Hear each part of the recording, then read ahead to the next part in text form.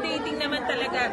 Lahat, actually kasi yung hair and makeup ko, sila na yung PA.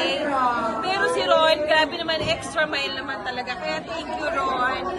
Si Erwin, the best. Lahat naman ng e-friends ko. The best. Ay, Stella, paano naman pag-bonus naman sa mga to? Napakagaling naman. Oo, bukod sa mga extra charges, pero yung staff, the best. Okay naman lahat. I love the staff. Okay naman. Kaya, Stella, baka naman, pa-bonus naman sa mga ano. Alam mo, bukod lang sa mga extra charges, sana yung ano, may option lang. Pero, Bianca, nag-enjoy ka ba dito?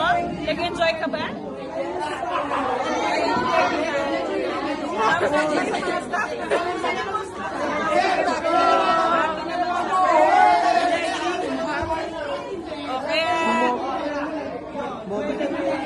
Yung mobile bar, baka naman, pa-credit naman kami.